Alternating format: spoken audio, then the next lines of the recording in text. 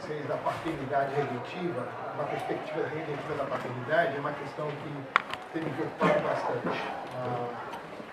Recentemente eu li o David Evans, que conta sobre a experiência que passa pelo coração do ser humano, do homem, basicamente. Né?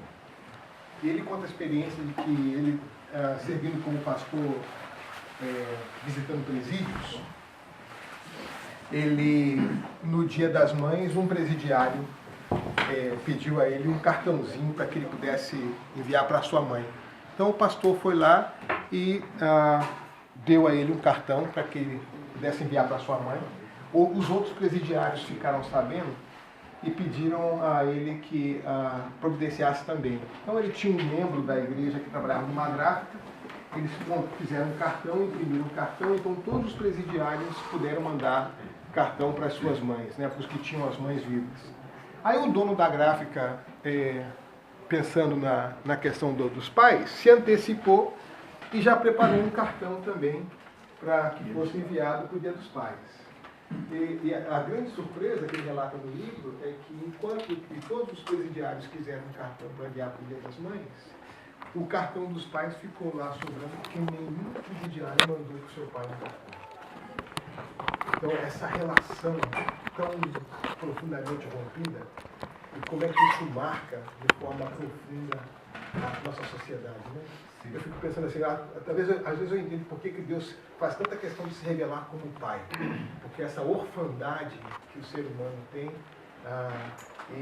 e muitos de nós que chegamos na igreja também viemos de experiências difíceis de paternidade, né? Seja porque não tivemos pais perfeitos ou porque nós não somos pais perfeitos. Né?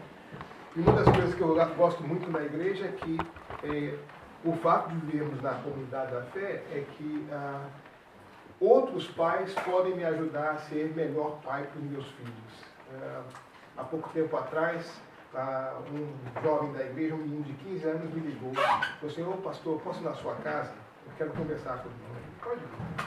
Então ele veio, chegou na minha casa, se sentou no sofá e ele falou: pastor, eu posso chorar um pouquinho? Eu falei: pode chorar. Ele chorou de sacudir os ombros. Acabou de chorar, eu falei assim: você quer conversar com ele? Chama de tio lá, né? Então, quer conversar com o tio sobre esse choro? O que significa esse choro? E ele com as mãos fechadas assim, meio que socando o sofá, dizendo assim: pastor, por que eu tenho que honrar o meu pai? Por que eu tenho que honrar o meu pai? Eu falei: me descreva a situação. E ele me contou a seguinte situação: o pai e a mãe trabalham muito, chegam muito tarde em casa, o pai chega um pouco antes da mãe, porque a mãe é professora universitária, chega mais tarde ainda. Então, esse menino de 15 anos chegava em casa por volta das 5 horas da tarde. O que ele fazia? Ele preparava a janta para ele e para o seu pai. Então, um menino de 15 anos, adolescente paulista, preparando a janta para o pai que vai chegar. E aí ele esperava, ao fazer isso, que o pai sentasse com ele à mesa e jantassem juntos, pudessem conversar. E o que o pai fazia? O pai pegava a comida, ia para o sofá na sala, ligava a televisão, deixava o filho sozinho, comendo na mesa, e vendo televisão da sala, reclamando da comida que o filho havia feito. Meu Deus. Isso foi entristecendo o coração desse menino, até o ponto que ele ligou para mim e disse: eu posso ir na sua casa conversar? E com essa pergunta: por que eu tenho que honrar o meu pai? Eu falei: deixa eu conversar com seu pai um pouquinho por telefone. Peguei o telefone e fui conversar com o pai dele. Falei: o que está acontecendo com você? Na minha casa eu tenho 3 filhos. Nenhum dos 3 cozinha para mim. Na minha igreja, em 37 anos de ministério, eu nunca ouvi essa história de que um filho homem, adolescente, se preocupa em preparar a janta para o pai. Eu nunca vi isso. E na minha casa, quando tem sobremesa, a minha esposa tem que esconder atrás do jiló, porque se eles descobrirem, eles vão lá e comem a minha sobremesa também, que era para mim, tá entendendo? Então você tem um menino de 15 anos que se preocupa em preparar a comida para o pai, para sentar com o pai, preparar a comida, e você não somente não janta com ele, ainda fica criticando e tendo atenção. Ele disse: eu sou o sacerdote desse lar, esse menino tem mais é que eu me obedecer mesmo. Eu falei: você está entendendo errado esse sacerdócio? Não é esse tipo de relação que Deus chama, não é esse tipo de paternidade que Deus nos chama. Né? Se você continuar assim, sinto muito dizer, você vai perder o seu filho, vai perder os 3 filhos. Sua família vai pro brejo com um negócio desse. Não deu outra. O filho mais velho uma vez chegou em casa o pai estava alterado, resolveu bater no filho, um rapaz de 20 e poucos anos. O que esse filho fez foi, botou a mão para trás e deixou o pai bater até passar. Ele não reagiu em nenhum momento. Esse mesmo homem, quando ele acabou de bater, porque cansou, no filho, soco, pontapé, e os outros irmãos, ele pediu que não se envolvesse, ele ia aguentar a surra do pai, o pai bateu. Quando o pai acabou de bater, ele falou, só terminou? Ele subiu, foi até o quarto, pegou todas as roupas dele e foi embora de casa, nunca mais voltou. Meu. Perdeu o primeiro filho, perdeu o segundo filho, perdeu o terceiro filho, perdeu o casamento. Hoje está lá, sozinho, sofrendo as consequências dessa solidão. E alguém que entendeu a sua função como sacerdote no lar, como alguém que tinha que fazer esse tipo de coisa na casa. Entendeu completamente errado e usando um discurso religioso para fazer isso. Pois não. Pastor, certa vez eu ouvi assim o Jorge contando. Dói porque eu vi isso. Eu dizia para mim, tu gosta do meu pai, né? Meu pai é pessoa boa, né? Vive com meu pai dentro de casa. Dói isso. Muito triste. Filho, não tem o amparo do pai. Isso é vital. Isso é vital. No meu ministério pastoral de 37 anos, as maiores crises familiares que eu tenho cuidado, acho que 110% dos problemas no gabinete pastoral tem a ver com família, não é verdade? E a grande natureza, ou a maior incidência da crise tem sido na relação dos pais com os filhos. Só completando, e o pastor Jeremias falou aqui uma coisa agora, muitas das vezes, os pais, quando os problemas que os filhos passam, muitas das vezes são os maus exemplos dos pais que ele vê em casa. E eu quero dizer pais cristãos, pastor. É isso. E muitas das vezes são uma maravilha na igreja, mas infelizmente em casa os filhos não conseguem ver isso. E aí os comportamentos dos filhos, e muitas das vezes muitas famílias perdem seus filhos para o mundo, a culpa quase sempre é familiar. Porque o filho não vai por nada abandonar seu lar, mas muitas das vezes, quase 90%, são um exemplo que os filhos não vê um lar como era para ver na sua vida, então o que ele não vê, ele vê um lar partido. Lembra quando Paulo começa a sua segunda carta a Timóteo? Paulo não tem Timóteo não tem o pai como uma referência, né? Mas Paulo diz para Timóteo, primeiro ele diz assim, eu sirvo a Deus com a mesma consciência limpa que serviu os meus antepassados. Então, o modelo dos antepassados de Paulo. E diz, e eu sei que você habita uma fé sem hipocrisia, como habitou na sua avó e na sua mãe. Né? Então, essa fé sem hipocrisia é essa fé que no templo e na rua, é mesmo. e no lar, é a mesma. É mesmo. Porque essa fé com hipocrisia cria na pessoa uma personalidade cindida. A gente chama de esquizofrênica. A personalidade esquizofrênica cria uma pessoa doente. Quando eu digo para o meu filho assim, não grita comigo, eu tenho uma linguagem dual. Né? Eu grito dizendo para não gritar. O resultado na psique da criança de uma linguagem dual é uma personalidade cindida esquizofrênica. Porque ele ouve duas mensagens. Ele ouve o que é dito e ouve a forma como é dito. Né? Então, de fato, essa questão da fé sem hipocrisia tem sido uma das coisas fundamentais na crise nas relações familiares com relação à fé dos filhos. Né? Por isso que eu não creio, senhor. Então, a pergunta é se a fé que nós temos manifesta no ambiente da comunidade pode ser vista na nossa relação familiar, na nossa relação pessoal também. Né? Sim. Eu não sei se no Brasil, mas acho que no Brasil sim. O índio, quando ele vai corrigir seu filho, ele se abaixa. Vai ficar do mesmo nível, né? Isso. Então é muito importante isso, gente. Uma das grandes perguntas, eu morava no Canadá nessa época, trabalhava lá na universidade onde eu trabalhava nesse momento, a gente estudava no colégio de teologia, a gente discutia entre os professores a seguinte questão, se a fé ainda é transmissível para a nova geração ou não. Nós temos uma grande perda de jovens na igreja entre 25 e 35 anos, que é a faixa onde as pessoas se desviam, e basicamente a relação familiar tem sido essa fé com hipocrisia, essa fé que ela se localiza em determinados momentos, em determinados espaços. É uma fé boa para o domingo, para o templo, é uma fé boa para os tempos de culto, mas é uma boa fé para poder viver no dia a dia, né? E isso cria esse desvínculo que vai produzindo essa realidade, por exemplo, que as famílias cada vez mais terceirizam a educação cristã para a igreja. Perceberam isso? É. Então, vem na igreja e quer que a igreja, que a escola dominical faça aquilo que o pai e a mãe devem fazer no lar. Nunca o chamado como pais é nosso chamado como pais. A gente não pode terceirizar isso para a igreja, não pode terceirizar para a tia da escola dominical de jeito nenhum. É nossa responsabilidade como pais oferecer no nosso lar esse ensino cristão que é assegurado não só pelo que nós dizemos, pela maneira como nós falamos, né? Fazemos e vivemos, né? Eu me lembro, eu tinha uns 6, 7 anos de idade, meu pai me pediu que eu orasse na hora do almoço no domingo. Lá em casa, esse momento da oração de domingo é um negócio assim, é uma instituição tão séria. Então, quando meu pai pediu que eu orasse, eu tinha uns 6 para 7 anos, foi toda uma surpresa, porque realmente esse era um momento do meu pai na casa, né? E aí, quando eu orei, ele ficou em silêncio, não mexeu no talher, enquanto meu pai não comia, ninguém podia comer, né? Tinha que esperar. E aí ele ficou em silêncio, todo mundo esperando para ver o que estava acontecendo. E ele olha para mim e diz assim: meu filho, foi uma boa oração. Foi uma boa oração. Aquilo explodiu dentro de mim de um jeito que eu todo domingo queria orar. Ele nunca mais me chamou para orar domingo, enquanto eu era pequeno, porque ele percebeu a tentação que aquele negócio se tornou para mim.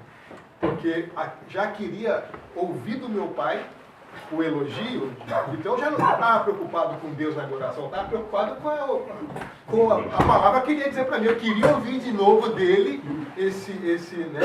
Foi muito boa a oração, esse elogio. Mas a gente percebe o quão profundo é a palavra de um pai na vida de um filho, né? Então eu queria chamar a atenção de vocês nesses próximos 10 minutos a 3 coisas importantes. Assim.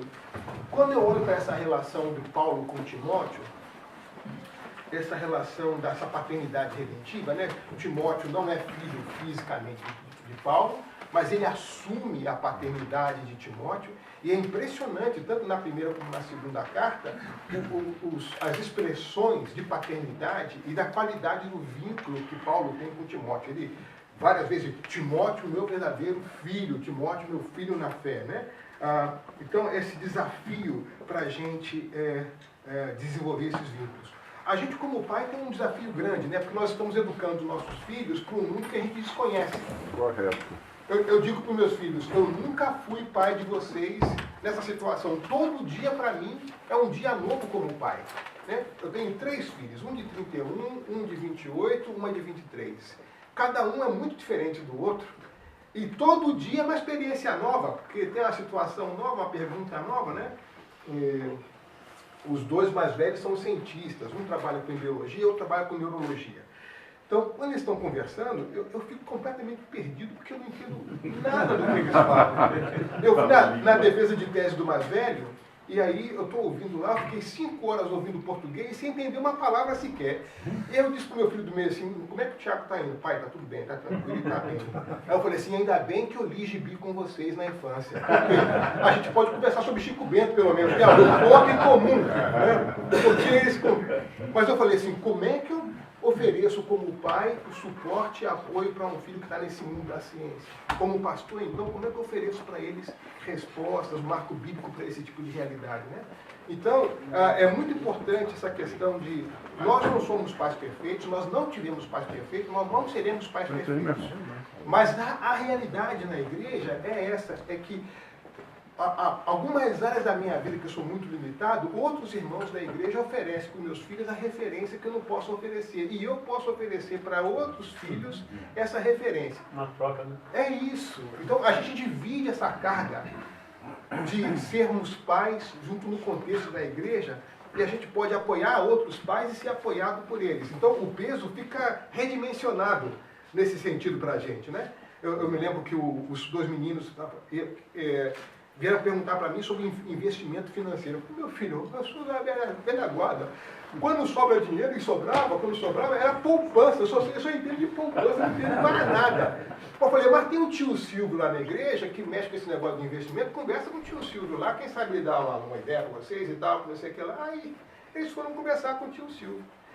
O ano passado, estava morando no Canadá, trabalhando no zoológico lá, outro estava na Universidade de Dinamarca. Pai, você pode mandar fazer o nosso imposto de renda, porque a gente está separado. Me manda as informações. Aí quando eu peguei as informações para levar para o contador para fazer o imposto de renda, eu falei, rapaz, que dinheiro é esse aqui? Ah, a gente conversou com o tio Silvio lá e está aplicando o tesouro direto, assim, não sei o quê. Eu falei, opa, por que vocês não avisaram esse negócio? Esse negócio era bom? Eu falei assim, você não falou nada, né? Mandou falar com ele, a gente falou. Eu falei, então eu vou cobrar aqui o imposto fralda suja. Está na hora de vocês pagarem do outro que eu gastei com fralda. Vamos devolver tintim por tintim nesse negócio. Mas uma das coisas importantes é como nós estamos educando nossos filhos para um mundo que a gente desconhece, que é novo para a gente o tempo todo. Então, uma coisa que a gente vai ter que aprender na paternidade redimida. A gente vai ter que aprender o seguinte. Com a minha mãe, eu aprendi o seguinte. Com o passar dos anos, ela dizia, eu vou me tornar ausente fisicamente, mas eu posso ampliar a minha influência espiritualmente. Glória a Deus. Então, na paternidade, na maternidade, com o passar dos anos, o que vai acontecendo com a gente é isso. A gente vai diminuindo a nossa presença física e vai aumentando a nossa influência por meio da oração. Não é? Então, a gente vai ministrando aos nossos filhos de maneira diferente, porque nós queremos que nossos filhos cresçam. Né? Se meu filho lá do Canadá disse assim, pai, amanhã eu tenho que ir na reunião da igreja, eu não sei que roupa eu vou usar. Vou dizer, tem alguma coisa errada, né? Como é que um menino de 30 anos não sabe o que vestir? Se ele não sabe o que vestir, eu fiz alguma coisa errada. Agora, claro, ele me pergunta, eu estou pensando em gastar dinheiro com isso aqui. Tudo bem, essa pergunta tudo bem, mas ele tem que ter autonomia. Então, os pais querem que os seus filhos cresçam. Quando eles são pequenos, a gente abraça, a gente acolhe, a gente defende, a gente protege. Quando eles estão, a gente veste. Mas quando eles estão adultos, o que a gente pode fazer? A gente só pode orar. Verdade. Orar e estar presente nos momentos que eles solicitarem a nossa presença. Então, uma experiência que eu venho tendo ao longo desses meus 32 anos como pai é aprender a diminuir a minha presença física e aumentar a minha influência espiritual sobre eles por meio da oração. Eu citei aqui o meu pai, citei aqui a minha mãe. Um dos dois estão presentes mais aqui, já foram encontrar com o Senhor, mas até o dia de hoje a influência deles sobre mim permanece naquilo que eu ensino para os meus filhos, nas orações que eu vi meus pais fazendo por mim. E eu ainda cumpro coisas que eles ansiaram no coração deles, que eles oraram para o Senhor, já não estão aqui mais para ver, mas eu continuo no mesmo caminho que eles ansiaram e oraram. Então, é um exercício importante esse na paternidade, a gente ir aprendendo a recuar e abrir espaço, mas não perder a influência por meio da oração, por meio da intercessão dos nossos filhos. Então, nós temos esse exercício da paternidade de desenvolver esses vínculos, né? Então, a primeira coisa importante que eu queria dizer é a seguinte, é verdade, nós não somos pais perfeitos, não tivemos pais perfeitos, não seremos pais perfeitos, nossos filhos não serão pais perfeitos, mas o fato de estarmos na comunidade de fé transforma essa carga em uma carga um pouco mais suportável, porque nós podemos apoiar-nos mutuamente. E eu fico muito feliz pelos exemplos positivos que outros pais da minha comunidade oferecem para os meus filhos. E fico feliz quando eu posso ajudar os filhos deles também, de alguma forma. E a gente divide o que antes a gente fazia na família ampliada, quando a gente crescia perto de irmão, de irmã, de primo, de tio, de avó. Hoje a gente não tem a família... Em São Paulo eu estou horas de distância da minha família que está no Rio, horas de distância dos meus familiares que estão em Vitória, Maranhão, fora do Brasil, mas eu tenho os irmãos da fé com quem a gente convive semanalmente. Amém. E eles podem oferecer esse tipo de ajuda para a gente. Então, sim, pai.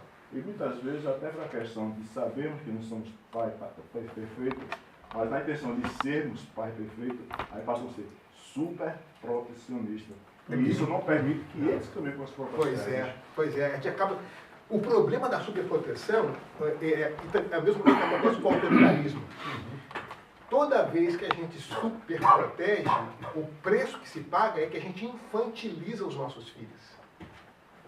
Então, quando a gente ocupa mais espaço do que deve, ele não ocupa o espaço que ele tem que ocupar.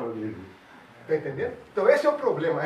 A gente sempre tem que... É uma decisão difícil, né, de sabedoria. Dizer, é igual... que gosta de jogar bola, sabe o que fazer, mas ele não está no campo, ele está do lado de fora. Então ele não pode entrar no campo para bater a falta. Porque quem está lá é o jogador dele. Ele tem que se controlar nos limites do campo. O limite do campo diz, você agora é treinador. Você tem paixão, você sabe como fazer, fez muito bem isso, mas seu lugar agora, Renato Gaúcho, é sentado no banco. Aconteceu isso recentemente. Vendo o miserável bater aquela falta para fora. É ou não é? Você não é assim que pega na bola, rapaz. Vou te mostrar aqui. Bota no chão e vou, né? E aí o cara, parece fácil, mas ele tem que treinar, entendeu? Mas ele tem paixão, sabe fazer, poderia fazer, mas não pode porque ele é treinador. Então, como pai, a gente tem que respeitar o limite do campo, né? Olha, esse é o limite do campo aqui agora, é hora dele fazer isso. Ele vai errar. Se ele errar, eu tenho que aproveitar esse erro, mas eu não posso fazer aquilo que ele tem que fazer. A superproteção acaba infantilizando os nossos filhos, né? Então, essa questão do vínculo é muito importante, né? Depois vocês podem pegar 1ª e 2ª Timóteo e dar uma lida nas duas cartas e ver como é que a qualidade do vínculo de Paulo com Timóteo é impressionante. Eu me lembro constantemente de você nas minhas orações diárias. Lembro das suas lágrimas. Desejo muito vê-lo. Eu tenho alegria completa quando encontro você. Eu me recordo da sua fé. Você recebeu o dom mediante a imposição das minhas mãos. Então, na 1ª carta e na 2ª carta de Paulo a Timóteo, mostra um vínculo de afeição que é uma coisa impressionante. Eu tinha mais ou menos 24 anos e eu fui deslocado da missão no Rio para assumir a missão no nível nacional. Eu era muito menino, 24 anos, imagina. Hoje eu penso na minha vida como eu tinha quase essa idade quando assumi a responsabilidade. E aí, nessa época, o John Stott veio ao Brasil. E ele me encontrou na organização, na minha missão, e dizia, quem te colocou nessa função aí? Eu falei, foi a diretoria. Ele falou, de jeito nenhum. Você vai ficar, mas você tem que passar um tempo estudando comigo. Me levou embora, fui embora para a Inglaterra para ficar com ele lá. Foi um pai que apareceu no meio do caminho e dizia, você vai ficar comigo durante 1 ano.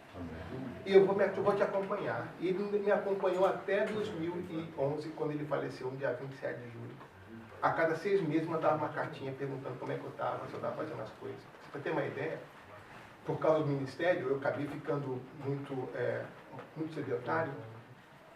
Desenvolvi uma obesidade, cheguei a ter 120 quilos e andar com bengala, porque eu caía na rua por causa do peso. Dava dor lombar, eu perdi o equilíbrio e caía na rua. A penúltima vez que o Stott me viu gordo, muito gordo, levando de bengala. Ele perguntou, o que é isso? Eu falei, ganhei muito peso e tal, não sei o quê. Ele vira para mim e diz assim, eu não posso mais confiar em você. Eu falei, mas por quê?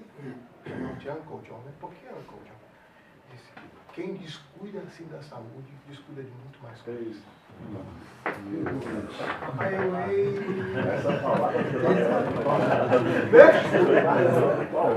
Aí eu falei, Uncle John, eu vou mudar a minha atitude. E o que aconteceu? Eu voltei para o Brasil, mudei a atitude, me tornei maratonista. Hoje eu corro as maratonas. E antes dele morrer, ele sabia que eu corria maratona.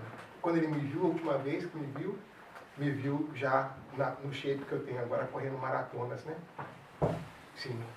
É porque eu estou me voando em relação à sua pessoa, eu não conheço.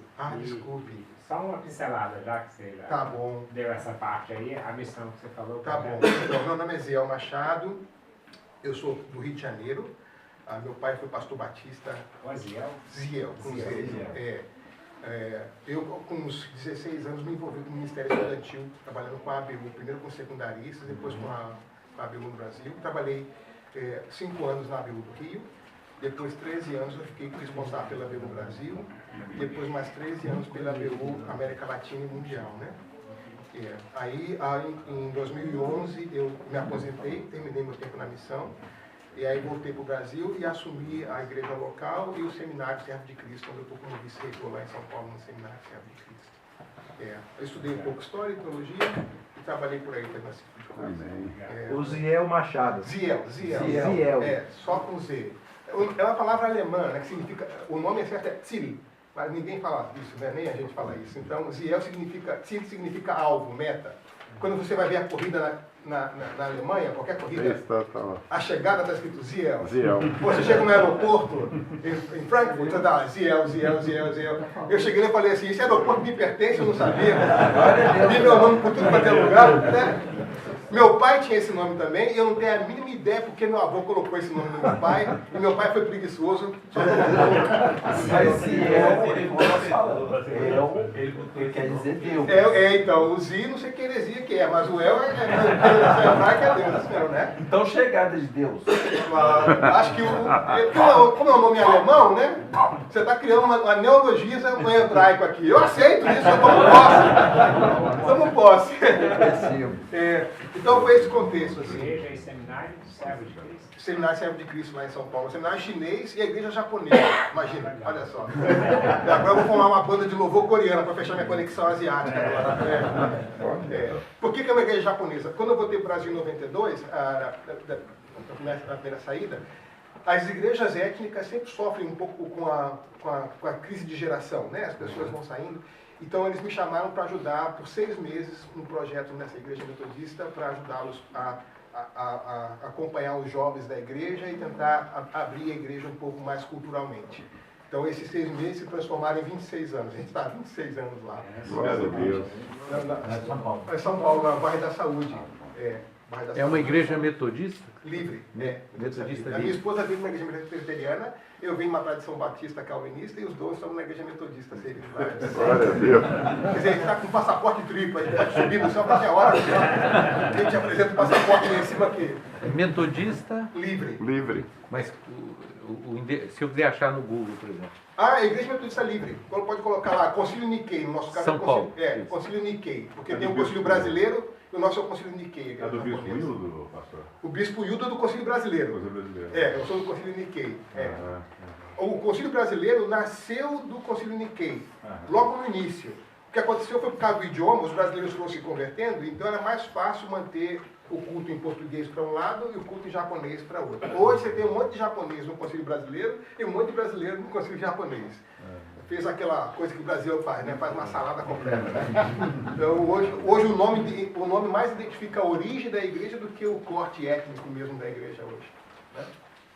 Então eu estou falando, quando eu mencionei o Stott é porque estava mencionando que Deus coloca no nosso caminho outros pais que cumprem a função de paternidade. Enquanto meu pai e minha mãe tinham o prazer de me ver comer, e a minha mãe eu tinha que comer tudo que ela fazia, porque se eu não comesse tudo que ela fazia, ela ficava chateada comigo. E ela fazia a comida para 20, só para receber um. Não era boa. Então. Sim. Acha correta essa novidade aí de chamar o pastor de pai? Eu acho que o nome pastor está de bom tamanho, né? Não é? Acho que pastor é suficiente, né? Embora muitos de nós, como pastores, funcionemos como muitos pais. Como Timóteo teve em Paulo seu próprio pai. Então, às vezes eu fico um pouco preocupado com essa nomenclatura que o pessoal vai usando, porque na verdade ela esconde umas outras agendas, que podem não ser agendas muito positivas. Então, mas eu acho que pastor está de bom tamanho, né? Mas como pastor a gente funciona como pai também. Às vezes você tem, por exemplo, pessoas órfãos de pai, e que vê no pastor um vínculo, foi recebido na família do pastor de um jeito, que ele vê a família com a sua família.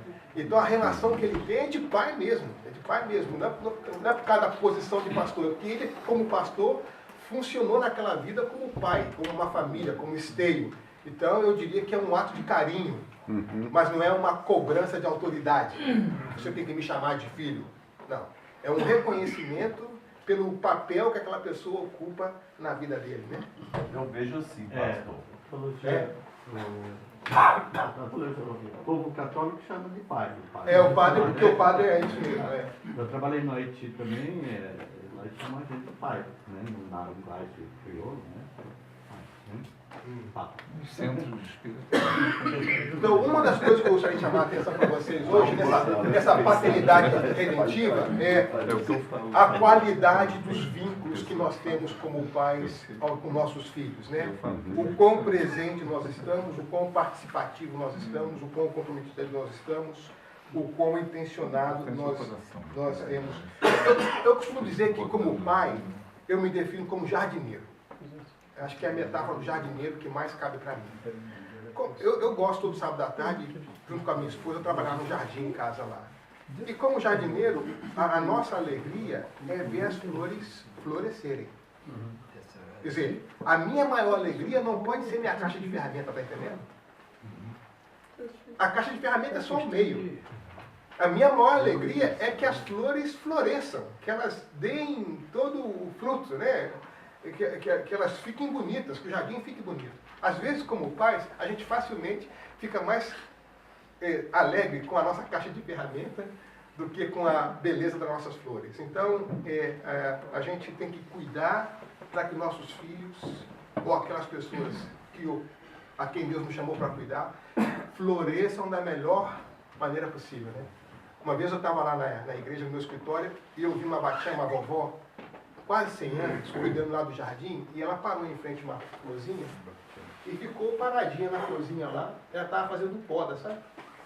Eu estou olhando da minha janela, ela está parada, mas parou um tempo. Ela morreu, ficou congelada. Ela ficou parada. Aí eu fiquei preocupado, falei, o que está acontecendo com a Batian? Aí desci, falei, Batian, olhou para mim, está respirando, então tá.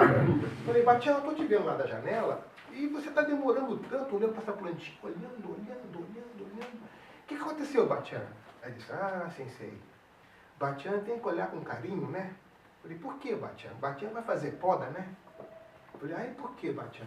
Porque Batian tem que podar de um jeito que a florzinha cresce, senão não mata. Então Batian tem que discernir para ver em que direção ela vai crescer para poder cortar direitinho. Eu falei, gafanhoto entendeu, Batian, gafanhoto entendeu a mensagem aqui, né? Então, a gente como pais, a disciplina, o cuidado, são expressões dessa poda positiva, para que nossos filhos sejam tudo aquilo que Deus planejou que eles fossem. Né? Então, a gente precisa cuidar dos nossos vínculos nesse sentido. Né? Essa é a intenção profunda do Paulo, né, com Timóteo. Isso, exatamente isso. Eu lembro quando meus filhos chegaram na adolescência, porque eu viajava demais por causa do trabalho da missão, a minha esposa disse assim, olha, você está viajando muito, os meninos entraram na adolescência agora, é importante você fazer alguma coisa que estreite os vínculos com eles. Tá bom. A gente em casa gosta muito de música, né? Então eu fui lá no Sesc de Vila Mariana, em São Paulo, tinha uma escola de música lá e tinha vaga para 3 trombones. Eu falei para os meninos, vamos fazer? Vamos. Então a gente entrou na escola de música lá e só tinha vaga para trombone. Então nós entramos com os 3 trombones. Para a alegria da nossa vizinhança, os 3 usaram o trombone. E durante 5 anos nós tocamos trombone juntos na orquestra do Sesc lá. Foi muito legal, porque às vezes eu tinha que viajar, eu perdia as aulas, quando eu voltava, as músicas difíceis, e eles tinham que me ensinar. E essa experiência gerou muito vínculo entre a gente, né? Então, até hoje, quando os filhos vêm em casa, assim, quando o pessoal está todo mundo em casa, a gente reúne, a gente faz uns saraus lá, a gente toca. É bem legal essa experiência. Mas né? é apartamento, não, é casa. Se fosse apartamento, eu estava lá no movimento com bolos lá, sem teto. E por justa causa, né? Uma outra coisa que eu acho importante é a questão além do vínculo, a questão do modelo, né? Porque é o seguinte, gente, querendo ou não, nós como pais, nós modelamos por aquilo que fazemos e modelamos por aquilo que deixamos de fazer. A gente sempre modela. Quando a gente diz sim, a gente modela. Quando a gente diz não, a gente modela também. O preço da responsabilidade da liderança é essa. A gente está sempre modelando. Os nossos filhos, os membros das nossas igrejas, estão sempre olhando para a gente para saber ao que a gente diz sim e ao que a gente diz não. A forma como a gente diz sim e a forma como a gente diz não. Eu vou pegar aqui uma coisa, só para vocês terem uma ideia. O apóstolo Paulo, em 2 Timóteo 3, 10, 11, ele fala assim, Timóteo, você tem seguido de perto. Aí, olha só o que ele diz. Seguindo de perto o meu ensino, a minha conduta, o meu propósito, a minha fé, a minha paciência, o meu amor, a minha perseverança, a minha perseguição, as perseguições e os sofrimentos que eu tenho, e você vê que todas elas o Senhor me livrou. Olha a lista de coisas que o apóstolo menciona, que Timóteo de perto observou na vida de Paulo. Ensino, conduta, propósito, fé, paciência, amor, perseverança É uma universidade da vida.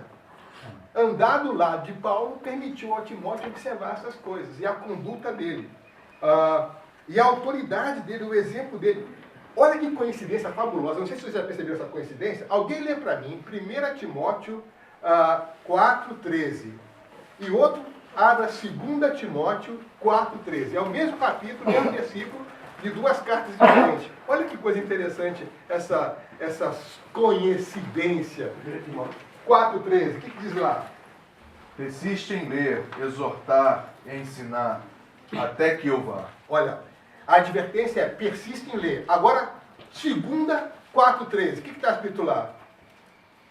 Quando vieres trazer a capa que deixei em Troade, em casa de Carpo, e os livros, principalmente os pergaminhos. Olha só, ele encoraja Timóteo a ler, a perseverar, a ensinar, e ele, quando está na situação, diz, me traga os livros, me traga os pergaminhos. Quer dizer, o vínculo dele com o estudo, com a leitura, é um exemplo de modelo para Timóteo. Por isso que ele pode advertir Timóteo e exortar Timóteo a fazer a mesma coisa. O que está por trás disso, gente? Toda autoridade desprovida de exemplo está desprovida de autoridade. Pegou? Uma autoridade desprovida de exemplo está desprovida de autoridade. Correto. Você está pedindo para fazer uma coisa que você não faz. Não é verdade? Então, o ensino de Jesus surpreendeu os mestres porque ele ensinava com autoridade. Então, quando você, no meu caso, né, diz para o menino, come cebola, e eu não como de jeito nenhum, porque cebola faz parte do Egito, está na Bíblia lá, eu perco a autoridade para dizer uma coisa, não é verdade? Então, eu tenho que, o que dá o lastro para a minha autoridade é o exemplo. Agora, autoridade desprovida de exemplo descamba para o autoritarismo, para a loucura. Correto. O famoso inglês, I said so, né? Nós morávamos no Canadá e as crianças começaram a aprender inglês muito rapidamente e acabaram mudando a língua em casa para o inglês. Conversavam entre eles em inglês. Um dia na mesa do café em casa, no mesa do almoço, alguma coisa assim, eles estavam conversando e eu comecei a ouvir eles conversando e qualquer coisa eles diziam, I don't care, I don't care. Quer dizer, eu não me importo, eu não me importo. Eu ouvi tanto isso que um dia eu falei assim, gente, aqui em casa we care. A gente se importa. Mas pai, não. Essa frase eu não gosto. Vocês aprenderam da cultura canadense essa frase, I don't care, I don't care. Essa frase não comunica o que nós somos. Nós nos importamos com as coisas aqui. Aí passou os anos, os meninos cresceram, tá? Nós voltamos para o Brasil. Aí a gente vai fazer o que costuma fazer quando dá certo. Assim, quando vem todo mundo em casa, a gente sai para ir ao cinema e depois vai comer um lanchinho, algum shopping, alguma coisa assim. Então nós estávamos lá assistindo um filme, fomos comer um sanduíche, acho que foi McDonald's, alguma coisa assim, fomos comer um sanduíche lá, e tinha um rapaz limpando o chão lá com aqueles esfregão, aquele mop no chão, e ele escorregou no chão e levou um tombo daqueles tombos de televisão, perna de um lado, perna do outro, mas eu dei uma gargalhada enorme. Mas eu ria alto quando com a queda, porque foi muito engraçada. O problema foi quando eu ri, eu percebi que eu ri sozinho, porque eu não tinha riso por trás de mim. Quando eu virei o rosto na mesa assim, estava todo mundo com a cara fechada.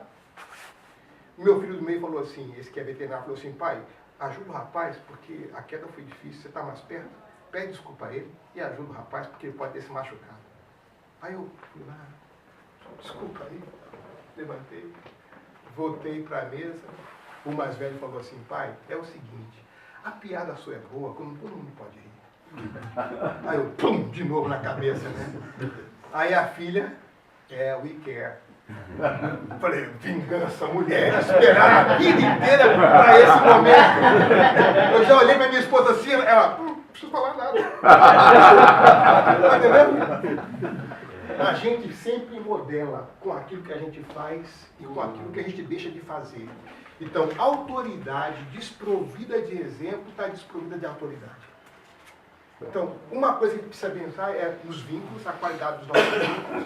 A terceira coisa que a gente tem que pensar, a segunda coisa é a questão do modelo. E para terminar, a última coisa que eu quero pensar com vocês é a herança, né? A gente se empenha tanto para deixar para os nossos filhos alguma herança, né? Às vezes a gente confunde escola com escolarização. Lembra das privações sofridas na infância e a gente se esforça para deixar para os nossos filhos o que puder, né? Mas a gente já viveu o suficiente para saber que patrimônio não traz felicidade para ninguém. Pelo contrário. Eu tenho acompanhado muitas famílias que estão se fragmentando por causa do patrimônio. Aquilo que era para gerar um bem para a família tem produzido em muitos lugares tensões e guerras terríveis na família. Então, a melhor herança que a gente pode deixar para os nossos filhos é o temor do Senhor. Essa é a melhor herança. Né? O princípio da sabedoria é o temor do Senhor. Então, de que forma nós deixamos esse legado para os nossos filhos, né? Essa herança espiritual? O apóstolo Paulo diz assim para Timóteo, assim, dou graças a Deus a quem sirvo com consciência limpa, como serviram os meus antepassados. A consciência limpa, essa herança que ele herdou dos antepassados. E ele diz para Timóteo, você tem uma fé sem hipocrisia, como habitou na sua mãe e na sua avó. Consciência limpa, fé sem hipocrisia. Esse é o maior legado espiritual que a gente pode deixar para os nossos filhos. Porque eles, tendo recurso ou não, tendo diploma ou não, se tiverem o temor de Deus, né, eles estão preservados. Se eles tiverem o temor de Deus, serão pessoas de bem. Né, serão pais responsáveis. Assim, o senhor falou interessante. Na minha igreja eu costumo sempre falar aos homens que legado nós vamos deixar para nossos filhos e até as pessoas que nos conhecem bem. Né? Eu tiro o exemplo da minha mãe. Nós tivemos problema desde cedo. Eu não conheci meu pai, família, cada um para um lado, mas a minha mãe foi uma guerreira. Então, hoje eu digo que eu tenho tudo. Depois de casado eu tenho minha casa, toda estrutura, mas antes não tinha, morava de favor. Mas minha mãe deixou um legado lindo. Sem nós termos casa, mas ela deixou um legado de exemplo de mulher, de mãe. Então, acho que é o que o senhor falou. É isso que talvez se deixasse um patrimônio para mim, não me deixasse uma formação como um homem digno, que nada valia. Então ela deixou uma legalidade, um legado muito grande para mim e para minhas irmãs. É isso mesmo. Então, sim, aqui o apóstolo Paulo diz assim para Timóteo, porque desde criança você conheceu as sagradas letras. Olha o legado. Desde criança você reconheceu no contexto da relação dos vínculos com a mãe, né? Desde criança, 2 Timóteo 3,15, né? Porque ela produz, né? Ela é capaz de torná-lo sábio para a salvação. Interessante, pastor, que olha que a vivência com a minha mãe, ela deixou um legado assim de tal maneira, e a convivência com a minha mãe foi muito pouco, porque dos 5 anos de idade até meus 20 anos eu fiquei dentro de um colégio interno, 15 anos de colégio interno. Então, mas o legado dela ir lá, numa carroceria de caminhão que era interior, o que ela deixou para nós foi muito... E depois, o pouco tempo de vida, perdi minha mãe cedo, mas ela deixou um legado maravilhoso, um exemplo de mulher que até hoje todos falam da minha mãe. Deixa eu contar para vocês essa história para terminar, para vocês irem almoçar. Em 80, a minha mãe teve um câncer. Ela tinha 40 anos de idade, bem nova. E meu pai tinha 45, minha mãe tinha 40. Ela tratava com o Dr. Campos da Paz, que era um grande cancerologista no Rio de Janeiro naquela época. E ela falou assim, não, eu orei ao Senhor, pedindo ao Senhor 15 anos. A oração do rei Ezequias, né? E então esse câncer não vai ser para morte, não. O Dr. Campos da Paz falou o seguinte, olha, Estela, essa questão de oração é com você e seu Deus. A minha função como médico é acompanhar e fazer esse negócio. O fato foi que quando foi para a cirurgia, ele falou assim, o que aconteceu? Os exames mostraram isso, quando abriu a minha mãe não tinha nada.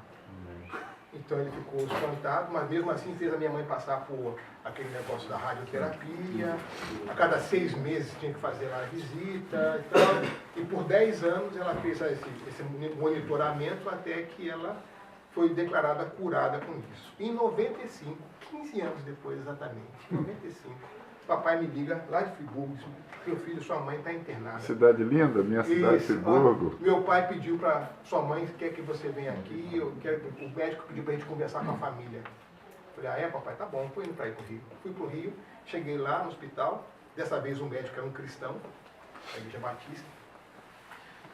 Ele sentou eu, meu pai e o médico, ele falou assim, olha, a história é muito grave, eu quero saber se eu conto para sua mãe ou não. Falei, qual é a história, doutor?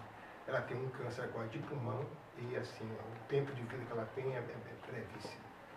Conto ou não? Eu olhei pro meu pai e falei, papai, 15 anos. Ele disse, então pode contar. Aí quando ela entrou no consultório, ela já perguntou pro doutor, o que é e quanto tempo de vida eu tenho. Já sabia, né? Aí ele falou, Estela, é um câncer de pulmão, você tem muito pouco tempo de vida. Quanto tempo eu tenho? 1 ou 2 meses. Ela falou, não, 2 meses é muito pouco, porque vai nascer uma neta minha em janeiro, minha filha, vai nascer uma outra neta em março, vai demorar um pouquinho esse negócio. Mas tudo bem, eu pedi a Deus 15 anos, se cumpriram os 15 anos. Minha filha nasceu dia 27 de janeiro, minha sobrinha nasceu no dia 14 de março, minha mãe conviveu um pouco com as netas. No dia 6 de outubro, ela me liga. Meu filho, você pode vir ao Rio? Eu falei, por quê? Porque Deus me disse que eu vou morrer no domingo. Agora, deixa estar. Meus pais são pastores batistas, assim, tradicionalíssimos. Esse negócio Imagine que pancada isso. sabe aquele negócio assim, batistaca, assim? Tem esse negócio de Deus me disse. Disse não, é uma coisa muito fechada. Mas eu falei, papai, mamãe, posso conversar com meu pai? Pode. Eu falei, pai, mamãe me disse que vai dormir no domingo, que Deus falou para ela que ela vai morrer no domingo. Que história é essa? Ela está bem? Se a sua mãe disse isso, melhor você vir. Eu fui para lá, pro Rio, cheguei lá na sexta-feira, ela levantou pela última vez, me abraçou e tal, falou, meu filho, Deus me disse que eu vou morrer no domingo. Eu falei, é mesmo, mamãe? E tem algumas providências que você tem que tomar. Eu falei, tá bom. Quais são as providências? Ela, abre essa gaveta. Eu abri a gaveta. O que é isso, mamãe? São minhas contas. Minha mãe comprava pão a crediário. Ela fazia alegria de friburgo, tá entendendo? Porque ela dizia, o Brasil avança com dívida. Eu também. Ela dizia, entendeu? Eu falei, mas mamãe, é muita dívida, não se preocupe não. Abre outra gaveta. Aí abri, o que é isso? É a minha conta do banco. Você vai pegar esse dinheiro, vai pagar todas as contas de uma vez. Eu dei muito trabalho para o seu pai, eu quero que você, depois que eu morra, mande ele para o Nordeste, para um lugar bonito para ele descansar, passar 2 semanas no hotel lá, assim. Agora abre meu guarda-roupa, eu abri aqui, aqui tem um vestido da Sociedade Feminina Missionária, das mulheres batistas lá. É com esse vestido que eu quero ser enterrado. Eu falei, tá bom, mano. Agora abre a minha Bíblia, abri a Bíblia, que papel é esse? Esse aqui é a ordem do culto fúnebre. Eu quero que o coro cante essas músicas, que a equipe de louvor canta assim, e que o pastor pregue nesse texto. Eu falei, tá bom, tem mais algum pedido, mamãe? Meu caixão não pode, tem que ter uma janelinha, para as pessoas me verem, e você vai contratar um maquiador, porque eu quero morrer bonita. Com a minha peruca e com a maquiagem feita. Eu falei, tá bom, mamãe. Mais alguma coisa? Seu pai está muito novo. Está muito novo. Ele não vai ficar bem viúvo, não. Ele precisa casar de novo. Eu tenho uma amiga joia. Que ela vai dar uma boa esposa. Você vai fazer o casamento dele. Eu falei, mamãe, só me desculpa, mas eu não tenho coragem de falar pro meu pai um negócio desse, não. Eu até hoje chamo meu pai de senhor, nunca chamei meu pai de você. Eu vou sugerir pro meu pai que ele tem que casar de novo. Só me desculpa, mas eu não vou falar esse negócio, não. Ela falou, então tá bem. Deu sábado, ela disse, quero que você chame toda a vizinhança para vir aqui, que eu quero me despedir de todo mundo. Aí sábado ela se despediu da vizinhança. No domingo chegou os familiares, inclusive essa melhor amiga da minha mãe, que estava lá. Ela se despediu do domingo, deu às 3 da tarde, ela falou assim, meu filho, eu quero tomar um banho porque eu quero me encontrar com o meu Senhor limpa. Oh, Jesus. Tá certo. Aí foi lá. Minha tia deu um banho na minha mãe, tal.